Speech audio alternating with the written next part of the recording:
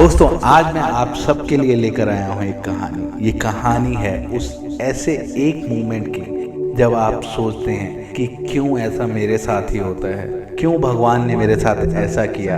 कई दिनों से आप परेशान हैं, मुसीबतों से घिरे हुए हैं, अंधेरा और अंधेरा और अंधेरा होता ही जा रहा है। तब आपको लगता है कि वाई मी, क्यों मेरी किस्मत में इतना अंधेरा है, क्यों मेरे साथ ही ऐसा होता है। तो trust me, then this story is going to change your perception and going to make you to rethink about your thought. ये स्टोरी है एक राजा की और उसके कमांडर यानी कि सेनापति की।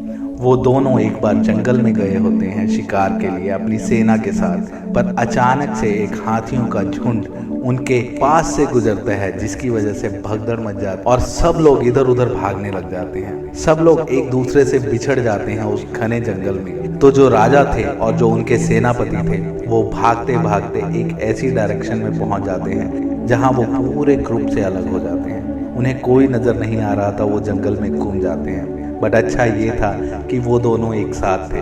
वो दोनों अब जंगल में भटक रहे होते हैं, रास्ता ढूंढ रहे होते हैं महल की तरफ लौटने का, बट वो पहुंच नहीं पाते हैं। रात हो जाती है, एक पूरा दिन बीत जाता है उनको भटकते हुए जंगल में। जब सुबह वो उठते हैं तो उन्हें एक आम का पेड़ नजर आता है।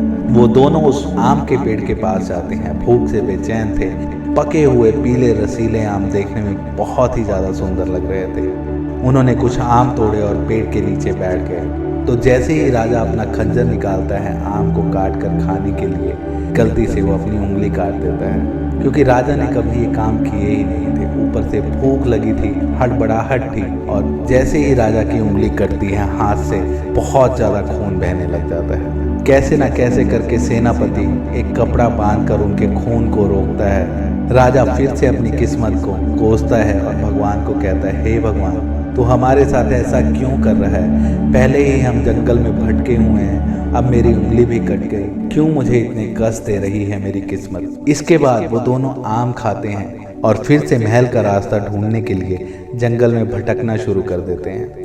उन्हें प्यास लगी थी। चलते चलते वो एक कुएं के पास पहुंचते हैं। जैसे ही वो एक कुएं के पास पहुंचते हैं, कुएं में पानी कम था। तो सेनापति जैसे ही कुएं में झुकता है राजा और अपने लिए पानी निकालने के लिए, गलती से पैर फिसलता है और वो कुएं में गिर जाता है। कुआं गहरा था, पानी कम था, वो बाहर नहीं आ पाता है। वो भी अपनी किस्मत को कोसता है। वो भी भगवान से पूछता है कि मेरे साथ ही ऐसा क्यों। राजा परेशान हो जाता है, सेनापति को निकाल नहीं पाता है। राजा के पास एक ही ऑप्शन था कि वो कहीं से हेल्प ढूंढ कर लाए। कुएं के आसपास भटकते भटकते कोई रस्सी, कोई पेड़ की डाली खोदने की कोशिश करता है कि वो सेनापति को बाहर खींच पाए। पर अचानक तभी से एक तरफ से आदिवासियों का ग्रुप आ जाता है। वो राजा को पकड़ लेते हैं, बंदी बनाकर अपने साथ ले जाते हैं। राजा अब बहुत परेशान था। पहले हाथियों से बचे, फिर जंगल में गुम हो गए, उंगली भी कट गई, सेनापति भी कुएं में गिर गया, अब इन आदिवासियों ने पकड़ लिया। भगवान, क्यों मेरी जिंदगी में तूने इतने कष्ट डाल दिए हैं? ऐसा मैंने क्या किया है? क्यों मेरी किस्मत इतनी खराब हो गई है? मेरे साथ ही ऐसा क्यों हो रहा है? तो वो आदिवासी राजा को अपने कबीले में ले जाते हैं, नहलाते हैं, धुलाते हैं, जी भर कर खाना खिलाते हैं और उसके बाद राजा को कबीले के देवता के आगे पंडाल में एक खंबे से बांध देते हैं उसकी बलि देने के लिए। जैसे ही बलि देने के लिए एक आदमी उस राजा के पास आता है, वो पूरा उसकी शरीर का मुआयना करता है और वो देखता है कि राजा की उंगली कटी हुई है। तभी वो आदिवासी बोलता है कि ये मानव शुद्ध नहीं है बलि देने के लिए, इसकी बलि देवता को नहीं दी जा सकती, इसको इस जंगल में रहने का भी हक नहीं है। तो कुछ आदिवासी आते हैं और उस राजा को जंगल के बाहर निकाल कर चले आते हैं। जैसे ही राजा जंगल के बाहर पहुंचता है तो भगवान का और अपनी किस्मत का शुक्रिया अदा करता है। अच्छा हुआ भगवान की मेरी उंगली कट गई, वरना ये मुझे आज कुर्बान कर देते, आज मेरी बलि ले लेते। अच्छा हुआ भगवान, इन आदिवासियों ने मुझे पकड़ लिया और मुझे इस जंगल से बाहर निकाल दिया, वरना मैं भटकते भटकते कब का इस जंगल में या तो किसी का शिकार हो गया होता या तो भूख से मर गया होता। अब राजा को रास्ता पता था जंगल से बाहर निकलते ही अपने महल पहुंचने का।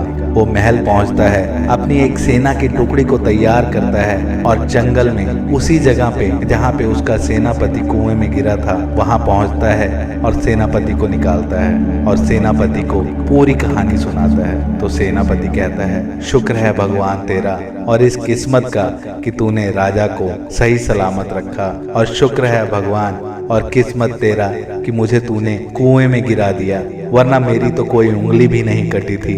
ये आदिवासी अगर मुझे पकड़ लेते तो मुझे कुर्बान कर ही देते, मेरी बलि दे ही देते। इसीलिए कहा जाता है कि जब अंधेरा बहुत ज्यादा होने लगता है तो डरो मत, सुबह की पहली किरण कभी भी आपके जीवन को रोशन कर देगी। Remember, everything happens for a reason, that reason causes change. Sometimes it hurts, sometimes it is hard, but in the end it's all for the best। जब चीजें आपके हिसाब से नहीं होती तो वो उस ऊपर वाले के हिसाब से हो रही होती हैं, एंड उसका हिसाब कभी किसी के लिए गलत नहीं होता। तो दोस्तों, अगर ये कहानी पसंद आई हो तो सब्सक्राइब जरूर करें आपके इस चैनल रीथिंक मोटिवेशन को, एंड हमारे साथ शेयर करें कैसे हम और बेटर वीडियोस आपके साथ लेकर आ सकते हैं। Thank you so much friends for watching this video. See you next time.